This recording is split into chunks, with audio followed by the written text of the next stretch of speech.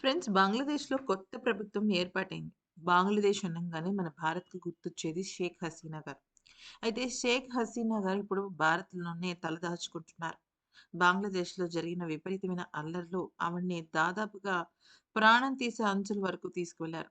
అయితే ఇక విషయానికొచ్చినట్టయితే ఇప్పుడు షేక్ హసీనా గారిని అప్పజెప్పాలని ఆమెకు శిక్ష పడిందని చెప్పేసి బంగ్లాదేశ్ ప్రభుత్వం అయితే తీర్పిచ్చింది. కానీ మన భారత్ మాత్రం పంపించడానికి సుముఖత చూపించడం లేదు. అంతేకాకుండా హసీనా కూడా నా మీద చేస్తున్నది తప్పుడు ఆరోపణలు, నాకు వేసిన తప్పుడు శిక్ష అంటూ కూడా ఆవిడ మాట్లాడింది. మరి ఇప్పుడు కొత్త ప్రభుత్వం ఏర్పడింది కదా! అంతకుముందు మహమ్మద్ యూనీస్ కదా ఉంది. ఇప్పుడు కొత్త ప్రభుత్వం ఏర్పడిన తర్వాత షేక్ హసీనా విషయంలో ఎటువంటి మార్పులు చోటు చేసుకోబోతున్నాయి అనేది గనక చూస్తే, ఇక్కడ మనం ఒక విషయాన్ని గమనించాలి. ఈ షేక్ హసీనా విషయంలో బంగ్లాదేశ్ ప్రజల్లో నుంచి వచ్చిన ఒక వ్యతిరేకతది.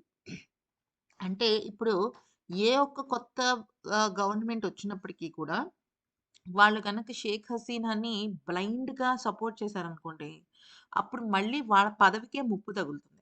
సో, ఇక్కడ డిప్లొమాటిక్‌గా మాట్లాడడం, డిప్లొమాటిక్ సిట్యుయేషన్స్, డిప్లొమాటిక్ డెసిషన్స్ చాలా అవసరం. అయితే భారత షేక్ హసీనాని చక్కగా భద్రంగా కాపాడుకుంటున్నారు. కానీ తిరిగి పంపించే విషయంలో మాత్రం ఇప్పుడు ఊహించని ట్విస్ట్ ఇచ్చిందనమాట. అదేంటి అంటే షేక్ హసీనా గారిని ఇమ్మీడియేట్‌గా అప్పచెప్పరు. వాళ్ళైతే చేయరు. ఎందుకంటే చాలా రకాల లాస్ ఉన్నాయి, లొసుగులున్నాయి. కాకపోతే ఇప్పుడు వాళ్ళేమంటున్నారంటే కొత్త ప్రభుత్వం వచ్చిన వాళ్ళు షేక్ హసీనా గారిని మాకు అప్పజెప్పాలి. మా ప్రజల నిర్ణయం అది. శిక్షే శిక్షే, తప్పు తప్పే అని చెప్తున్నారు. కాకపోతే జరిగేదేంటి? భవిష్యత్తులో జరగబోయేదేంటంటే, భారత్‌తో గనక ట్రేడ్ రిలేషన్స్, బిజినెస్ రిలేషన్స్ కనుక బంగ్లాదేశ్ పెట్టుకున్నట్టయితే, ఖచ్చితంగా మన భారత్ ఒక నమ్మదగిన ఎకనామిక్, ఫినాన్షియల్ ఫ్రెండ్ అయిపోతుంది. అప్పుడు దానికి సంబంధించిన ఆబ్లిగేషన్స్ ఒస్తాయి. అప్పుడు షేక్ హసీనా గారి విషయంలో డిస్కషన్స్ అంటే చర్చలు స్టార్ట్ అవుతాయి. ఎప్పుడైతే చర్చలు స్టార్ట్ అవుతాయో, ఖచ్చితంగా ఆవిడకి శిక్ష నుంచి బయటకి మినహాయింపనేది వస్తుందనమాట. మీకు క్లారిటీగా అర్థమైంది కదా!